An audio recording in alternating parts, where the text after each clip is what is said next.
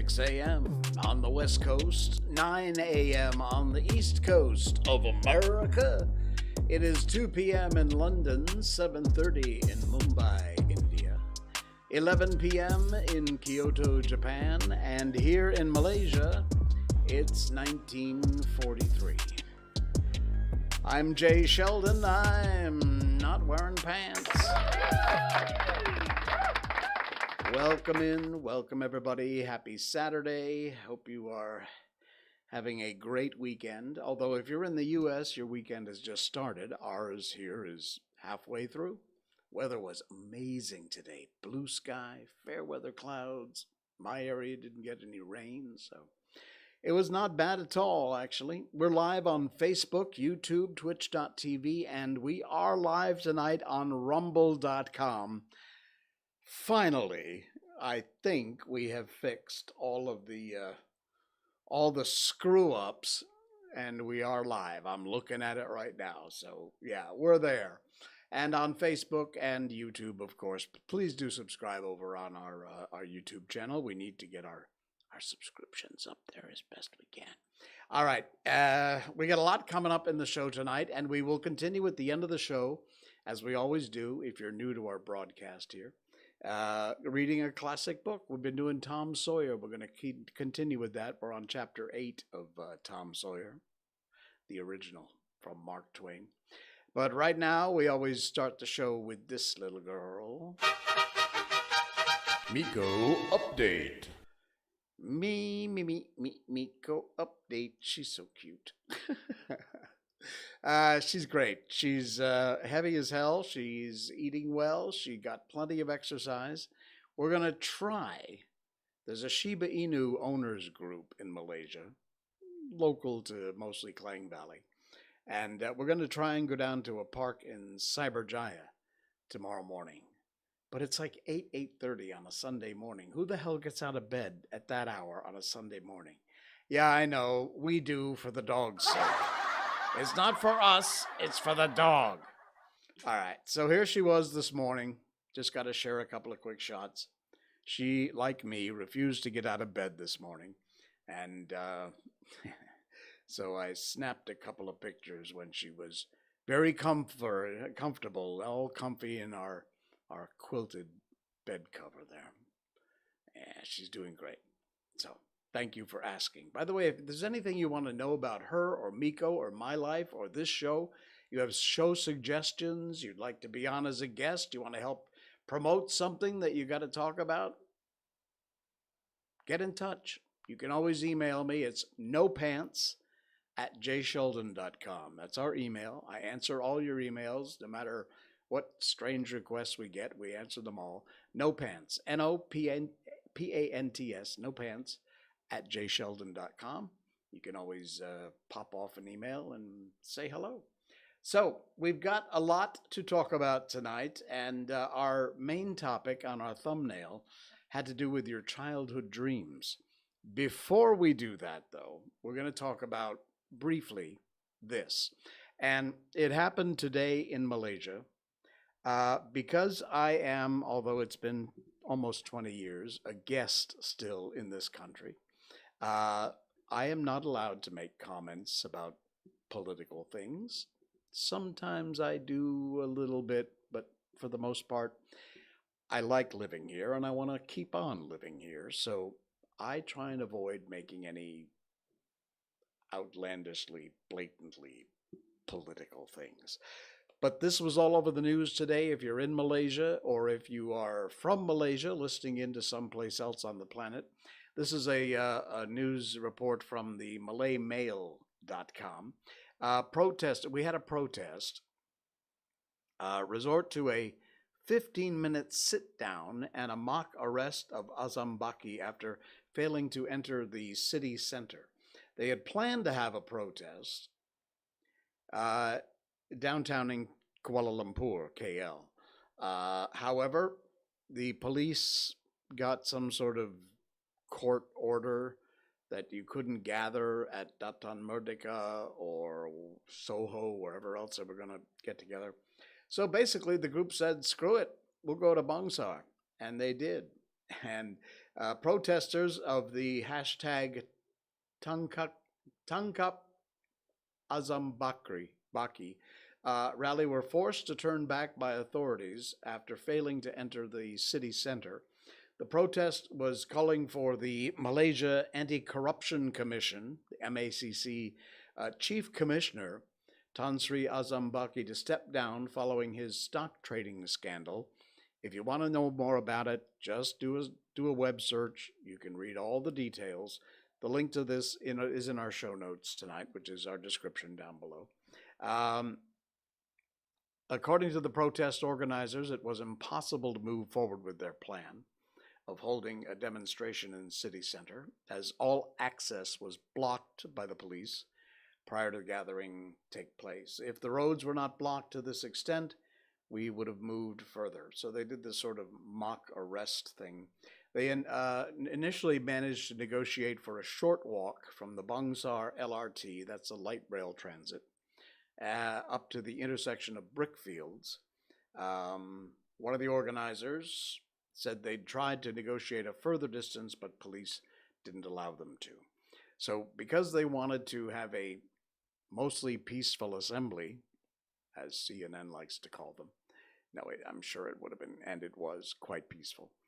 They basically shut off all the roads to downtown KL, which is not the capital city, but the big city here in Malaysia, and didn't let people gather. I'm just going to leave it at that. I'm not going to make a comment because it's not my place. I'm a guest in your country. Please read the article. Please check out the hashtag, and you will find out more about what I'm talking about. And I'm just going to leave it right there. But nice job, CT. You'll know what I mean. Oh, my. All right. So, did you have childhood dreams? We all have childhood dreams. What do you want to be when you grow up? That kind of thing. I have to tell you, this is an article coming up. It's in our show notes in the description down below. It's an article from chilisauce.my, CILISOS.my, M-Y. Links in the show notes. I have to tell you that I consider myself among the very, very lucky few who actually got the chance to live out his childhood dreams. Most people don't. Most people have childhood dreams. They don't pursue them for one reason or another. Either you give up, you forget, you change your mind.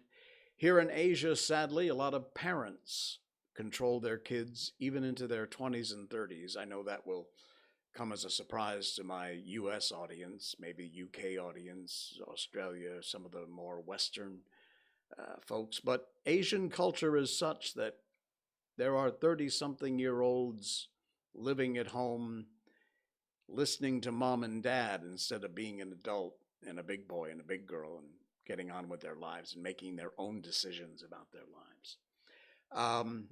And so sadly, a lot of dreams, childhood dreams, what you want to be when you grow up, get nipped in the bud because mom and dad said, no, you can't do that. You're going to go be a lawyer. You're going to go be a doctor. I, from the earliest memory I have, had wanted to be a radio DJ or a cop. And I've told this story before, but I'll tell you the short version. When it came time for me to pick careers, there was height and weight requirements to be a police officer. And I was short and fat. I was. So I could lose weight, but I couldn't get any taller. I was what I was, about maybe 5'6", 5'6.5" at best. So I didn't qualify to be a cop. So I went into radio. I got very lucky. I was hired part-time at WSNG in Torrington, Connecticut, a weekend slot, 10 to 2. And I did one show on a Saturday. And that Monday morning, the regular full-time midday host, 10 to 2, came in to the program director's office, threw his keys on the desk and said, I quit. I'm moving to Florida. See ya. So my phone rang, and Tuesday morning, I was the full time midday guy. After doing one show one time, 2 days later, I get a full time job in radio. I I make no bones about it. I was blessed. I turned that into a over 20-year career. Went into television for a while, filmmaking for a while. I'm still involved in filmmaking and nowadays content production and directing and creating. But I did get a chance to pursue my other dream, which was to become a cop. I spent 5 years in Monroe County, Florida, working for the Monroe County Sheriff's Department, and worked my way up to be an internal affairs detective, IAD, under Sheriff Rick Roth. It was a great job. It was amazing. I would do it again in a minute. It was fun. I did that for 5 years. In fact, that's the job I had before I moved to Malaysia. And so, yes, I had the chance. I spent much more time talking about me than I wanted to, but I hope you'll find it entertaining. I had the chance to do both of my childhood dreams, be a radio DJ and be a law enforcement officer, which was amazing. But this survey was done by the folks at Chili Sauce, and the link is in our show notes. It has to do with Malaysians. 56% of Malaysians did not achieve their childhood dreams. 6 sad finds from our career survey. Check that out. Well, a while back, we asked you guys to reminisce about your childhoods by telling us your cita-citas when you're growing up, your dreams, whether you got to achieve your career, your dream careers at the end. They ran a Silap Cita-Cita survey with their longtime friends from Taylor's University and got some amazing stats regarding how many of us have jobs that are totally different from our degrees, how long we stay at a job, and which industries have the happiest employers, and more. They had over 1,000 respondents. The survey was done in September of last year, so 2021. 61% male, 37% female, and people who couldn't figure out what they were 1%. The ages, majority 30 to 39.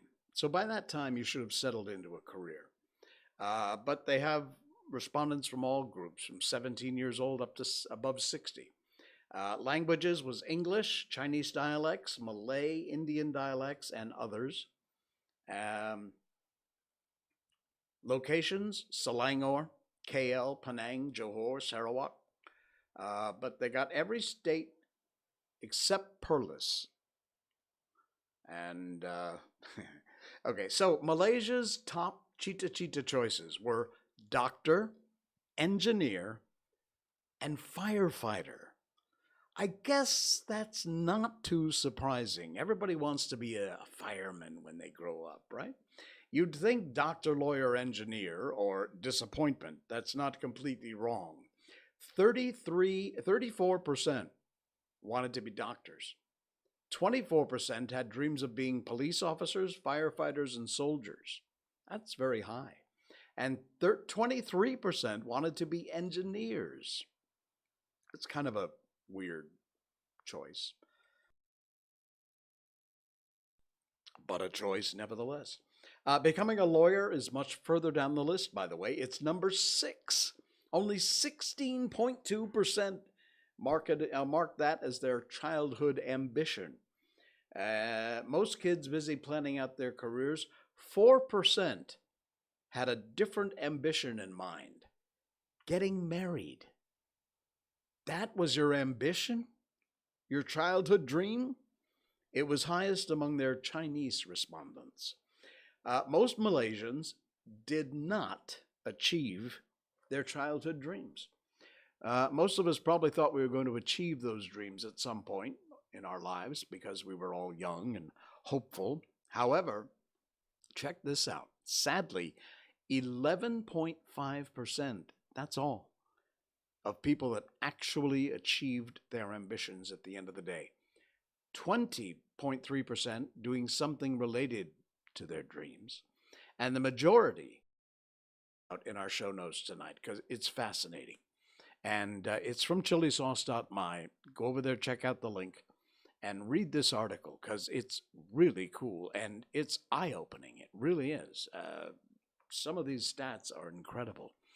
But the one comment I will make is that, as I said in the beginning, in Asian culture, it is not unusual for parents to have an insane amount of control over their kids and their kids' careers. And I have to say that among the very few things that I kind of disagree with, it's their culture. You do you, I'll do me. But moms and dads, please let your kids have dreams. Let your kids have dreams. Zubaida, hey, thanks for the like. Appreciate it. Nice to see you in the stream, Zoo. Let your kids have dreams. Let them pursue their dreams. It can be done. And you know what? Maybe they're not a doctor. Maybe they're not a lawyer. Maybe they're not a firefighter. Maybe it's not something you would have picked for them to do, but it's what they want to do. It's their passion. And if you get the chance, like I told you, I was so incredibly lucky to have done, to pursue what you are passionate about, it will never be a job to you, ever. It will be your passion. And with luck, you'll make some money. Pursue your passion. And mom and dad, stop getting in the way. Zoo says, I'm glad to choose arts after pure science. Good for you. Good for you. Yes, indeed. All right. Let your kids have their dreams, moms and dads, please. And if you are one of those kids, go for it. Go for whatever you're passionate about. We spoke about this wonderful lady a couple of streams ago, and there's been an update, and I wanted to share it with you. It is in our show notes tonight. This is a public post. Chelsea Ung posted this. Thank you, Chelsea. And you will recognize her. She is the Paralympic athlete from Malaysia who brought so many golds, so many silvers for us in the Paralympic Games. And she was sadly seen on the streets of KL selling tissue box covers. Anyway, you can now help to support. I did get a couple of messages from people saying, is there something we can do? What can we do? Well, indeed, there is. You can now show your support to fellow Penangite and ex-Paralympic athlete, Li Peng. She has a brand new Shopee account, and there's a link in this article to it. I put the link to this that you're seeing on the screen in our show notes tonight, so I encourage you to go check that out. It's a public post. But also in this article is a link to Li Peng's Shopee channel. So if you want to find a way to help support her, by all means, check out her Shopee channel and buy something. I'm sure you heard the news headlines the last couple of weeks. She was seen supporting herself on the streets in the hot sun, selling tissue packets and tissue covers. And when asked whether she expected any further financial assistance from the government, she firmly said, no. I have experienced many challenges in my life, and I've learned that when officials make promises, there's no follow-through, or the solutions they provide are only temporary. So she says, I can still rely on my 2 hands and a wheelchair to earn a living, and frankly, I'm happy to be selling tissue. I'll also sell some other items, and handmade, and I've learned a lot through the business. So anyway, she's got a Shopee channel. The link is in the article. Right here, you'll see it. And you can go to Shopee and buy something, please. We want to do all we can to support this amazing gold and silver medal winning athlete. We as Malaysians should be so incredibly proud. I said it when we covered this the last time, how the support we give our athletes. I'm not a sports guy. I never have been. I was always into music and theater and arts. I don't do sports. I couldn't care a fig less about sports, but I appreciate them. And I appreciate how much fandom there is for sports and how much marketing a country can do with a decent sports team. This article, also in our show notes tonight, not going to spend a whole lot of time on it, but we have a world champion among our midst. You all know his name. In fact, even you don't even need to be in Malaysia to know the name Li Chong Wei. And his quote here in this article, "It pains me to see the state of Malaysian badminton." There is the amazing Li Chong Wei. If I can get past all the ads here. Extremely saddened by the news of Li Zijia's resignation from the national badminton squad.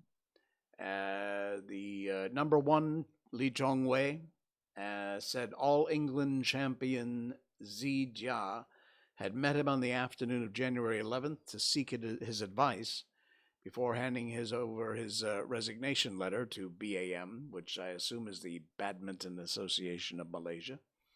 I told Zijia I can't take sides. My only advice to him was to think carefully before making a decision because it involves his future. So, and since then, the Badminton Association has decided to be rather, in my opinion, childish and ban him from playing badminton because he resigned. Anyway, yeah, please support all athletes at whatever level they're playing. We go on our walk with Miko at night through our taman here, our garden area, and there's a basketball court for residents. And there's a group of kids who are being taught by some older guy basketball, dribbling skills, and all kinds of things. It's so cool to see them. It's just a small group of 7 or 8 kids who are probably 9, 10, 11 years old, maybe a bit younger. And they're so into it. And the coach, this teacher teaching them the basketball skills, he doesn't put up with any crap. I hear him when I go by, and it's like, now, faster, go, go. And it's great. And it's great to see, and great to see young people getting involved.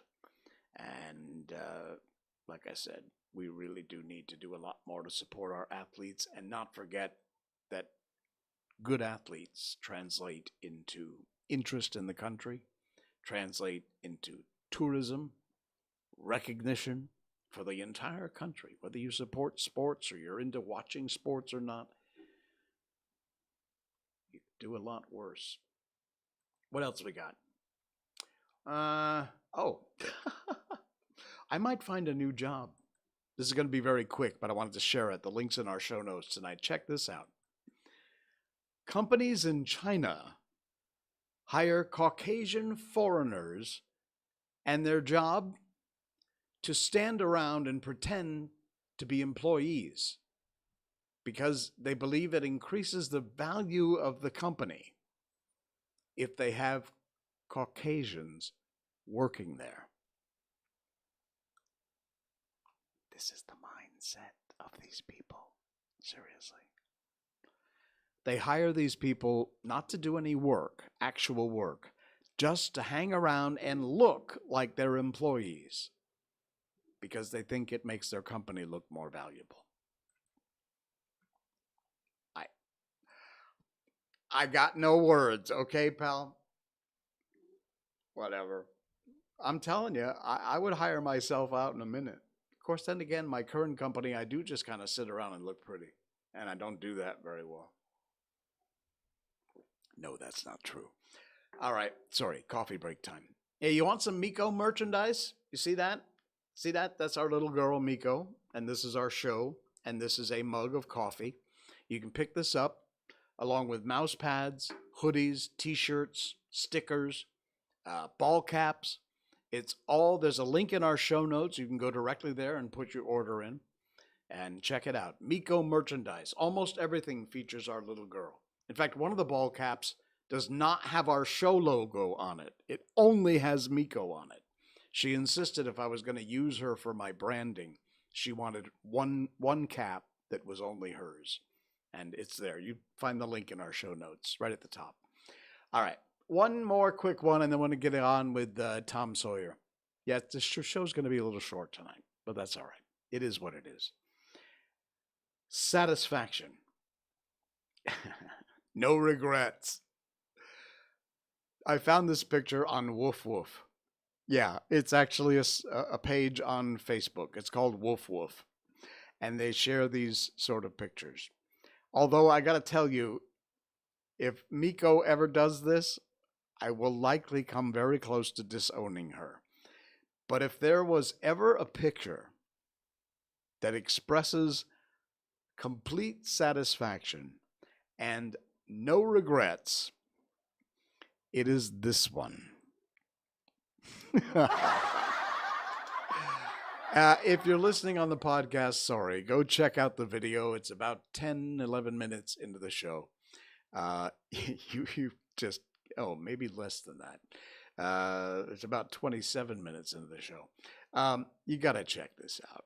This is just, I don't know, what is that? A bulldog? I can't tell. He's laying in a mud puddle, which he has obviously wallowed in for a good while.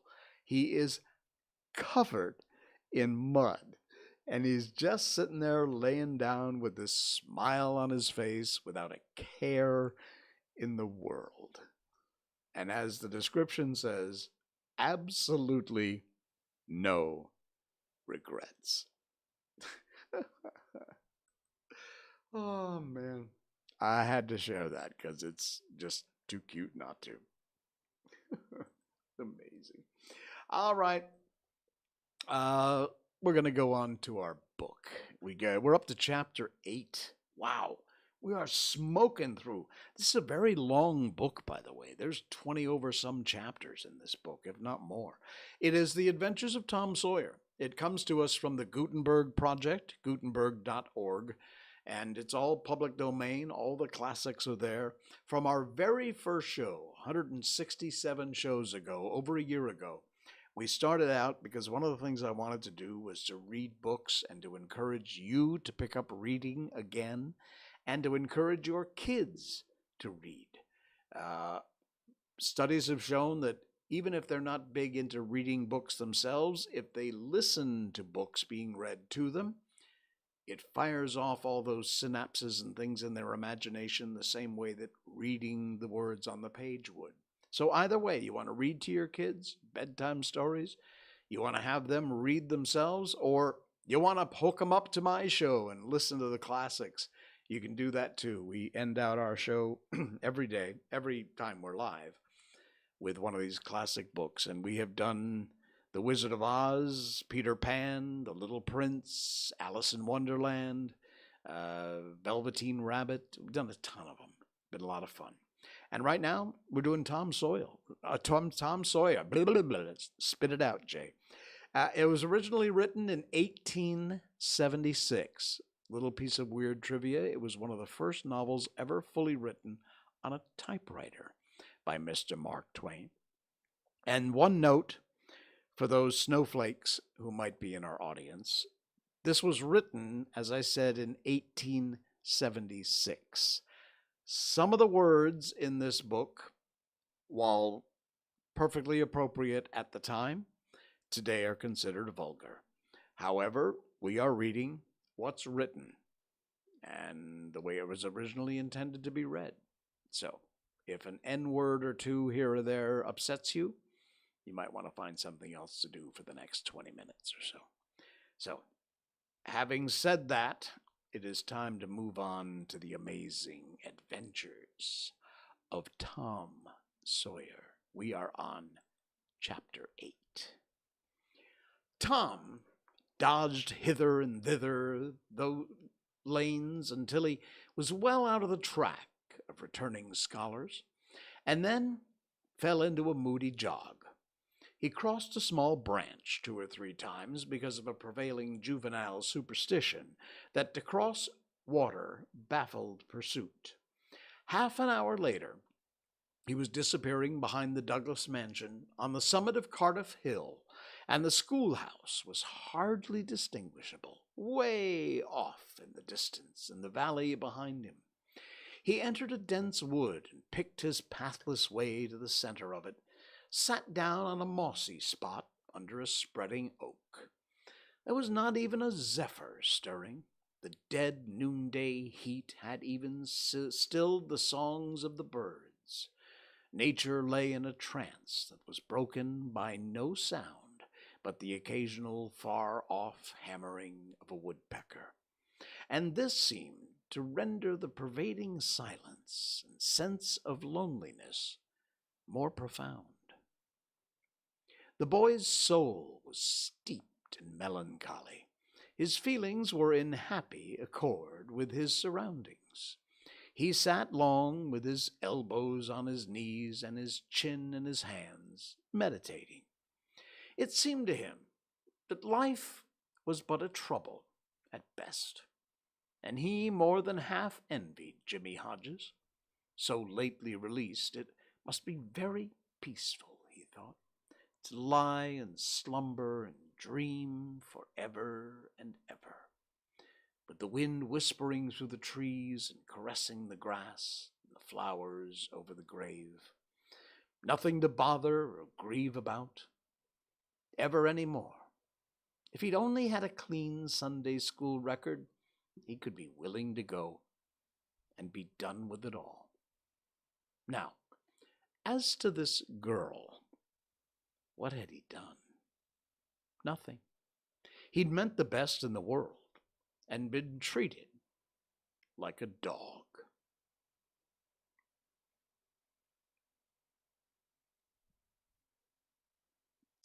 Hang on. My page got ahead of me here. He had meant the best in the world and had been treated like a dog, like a very dog. She would be sorry someday, maybe when it was all too late. Ah, if he could only die temporarily. But the elastic heart of youth cannot be compressed into one constrained shape long at a time. Tom presently began to drift insensibly back into the concerns of his life again. What if he turned his back now and disappeared mysteriously? What if he went away, ever so far away, into unknown countries beyond the seas, and never came back any more? How would she feel then? The idea of being a clown recurred to him now, only to fill him with disgust, for frivolity and jokes and spotted tights were an offense when they intruded themselves upon a spirit that was exalted into the vague, august realm of the romantic. No, he would be a soldier and return after long years, all war-worn and illustrious.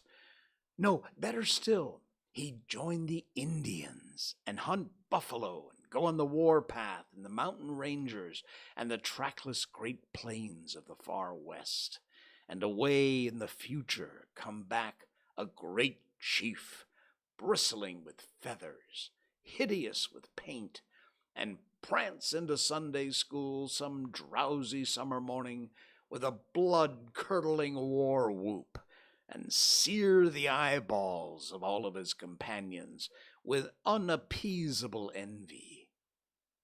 But no, there was something grander than even this. He would be a pirate. That was it. Now his future plans lay before him, and glowing with unimaginable splendor. How his name would fill the world and make people shudder. How glorious he would go plowing the dancing seas in his long, low, black-hulled racer, the spirit of the storm, with his grisly flag flying at the fore, and at the zenith of his fame, how he would suddenly appear at the old village, and stalk into church brown and weather-beaten, in his black velvet doublet and trunks, his great jack-boots, his crimson sash, his belt bristling with horse pistols, his grime-crusted cutlass at his side, his slouch hat with waving plumes, his black flag unfurled with the skull and crossbones on it, and hear with swelling ecstasy the whisperings, "It's Tom Sawyer the pirate, the Black Avenger of the Spanish Main." Yes, it was settled. His career was determined. He would run away from home and enter upon it. He would start the very next morning. Therefore, he must now begin to get ready. He would collect his resources together. He went to a rotten log near at hand and began to dig under one end of it with his Barlow knife. He soon struck wood that sounded hollow. He put his hand there and uttered this incantation impressively. "What hasn't come here, come. What's here, stay here." Then he scraped away the dirt and exposed a pine shingle. He took it up and disclosed a shapely little treasure house, whose bottom and sides were of shingles. In it lay a marble. Tom's astonishment was boundless. He scratched his head with a perplexed air and said, "Well, that beats everything." Then he tossed the marble away pettishly and stood cogitating. The truth was that a superstition of his had failed here, where he and all his comrades had always looked upon as infallible.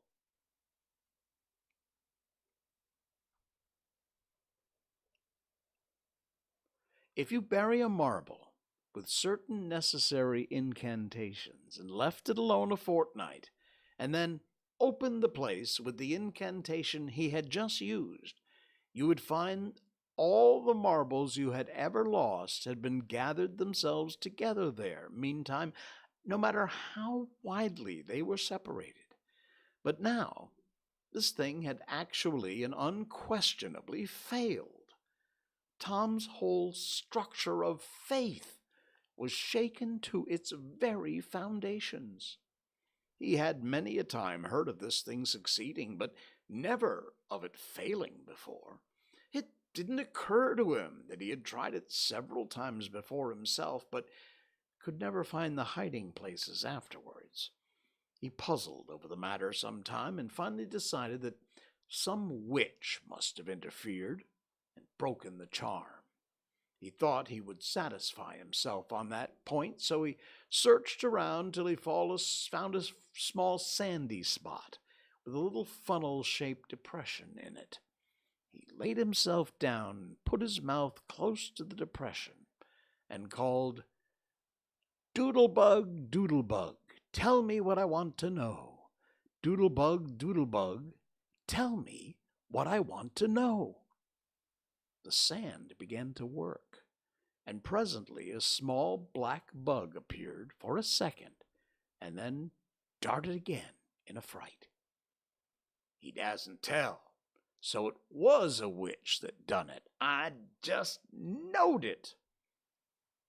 He well knew the futility of trying to contend against witches, so he gave up, discouraged.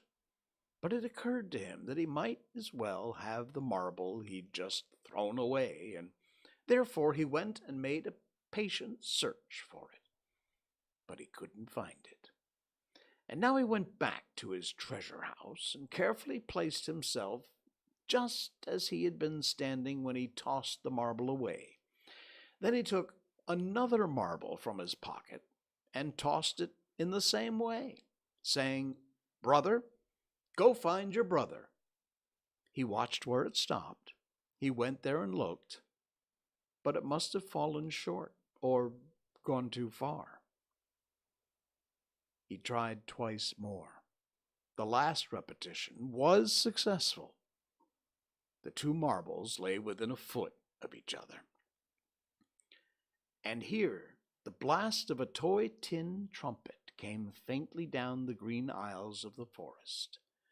Tom flung off his jacket and trousers, turned a suspender into a belt, raked away some brush behind the rotten log, disclosing a rude bow and arrow, a lath sword, and a tin trumpet, and in a moment had seized these things and bounded away bare-legged with fluttering shirt. He presently halted under the great elm, blew an answering blast, and then began to tiptoe and look warily out, this way and that. He said cautiously to an imaginary company, "Hold, my merry men! Keep hid till I blow." Now appeared Joe Harper, the airily clad and elaborately armored as Tom. Tom called, "Hold! Who comes here into Sherwood Forest without my pass?" "Guy of Guysborne wants no man's pass. Who art thou that dare to hold such language?" said Tom, prompting, for they talked by the book from memory. "Who art thou that dares to hold such language?" Indeed, I am Robin Hood, as thy caitiff carcass soon shall know." "Then art thou indeed that famous outlaw? Right gladly I will dispute with thee the passes of the merry wood. Have at thee." They took their lath swords, dumped upon other traps on the ground, struck a fencing attitude, foot to foot, and began a grave, careful combat. Two up and two down. Presently Tom said, "Now, if you've got the hang, go it lively." So they went it lively, panting and perspiring with the work. By and by Tom shouted, "Fall! Fall! Why don't you fall?" "I shan't." "Why don't you fall yourself? You're getting the worst of it." "Why, that ain't anything. I can't fall. I ain't the way it's in the book. The book says, then with one backhanded stroke he slew poor Guy of Guysborne. You're to turn around and let me hit you in the back." There was no getting around the authorities, so Joe turned, received the whack, and fell. "Now," said Joe, getting up, "you got to let me kill you. That's fair." "Why, I can't do that. It ain't in the book." "Well, it's blame mean, that's all."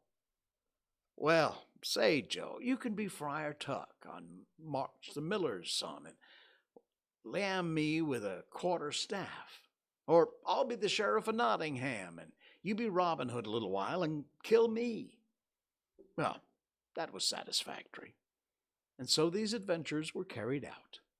And then Tom became Robin Hood again and was allowed the treacherous nun to bleed his strength away through his neglected wound. And at last Joe, representing a whole tribe of weeping outlaws, dragged him sadly forth, gave his bow into his feeble hands, and Tom said, "Where this arrow falls, there bury poor Robin Hood under the greenwood tree." And then he shot the arrow and fell back and would have died. But he lit on a nettle and sprang up too gaily for a corpse. The boys dressed themselves, hid their accoutrements, and went off grieving that there were no outlaws any more, wondering what modern civilization could claim to have done to compensate for their loss. They said they would rather be outlaws a year in Sherwood Forest than President of the United States forever. And that's Chapter 8. We will continue on with Chapter 9 of Tom Sawyer coming up in our next live stream on Monday night. Thank you, folks. Please don't forget to hit the subscribe button on YouTube and twitch.tv, rumble.com also, and give us a follow on Facebook. We are live Monday, Wednesdays, and Saturday nights. And to all of our podcast listeners across all the podcast platforms, Spotify, Geo7, Google Podcasts, Apple Podcasts, we're on all of them. Just check us out, either J. Sheldon No Pants or I'm Not Wearing Pants. You'll see that logo. I'll see you again on Monday night. Until then, I'm J. Sheldon. I'm not wearing pants. Good night.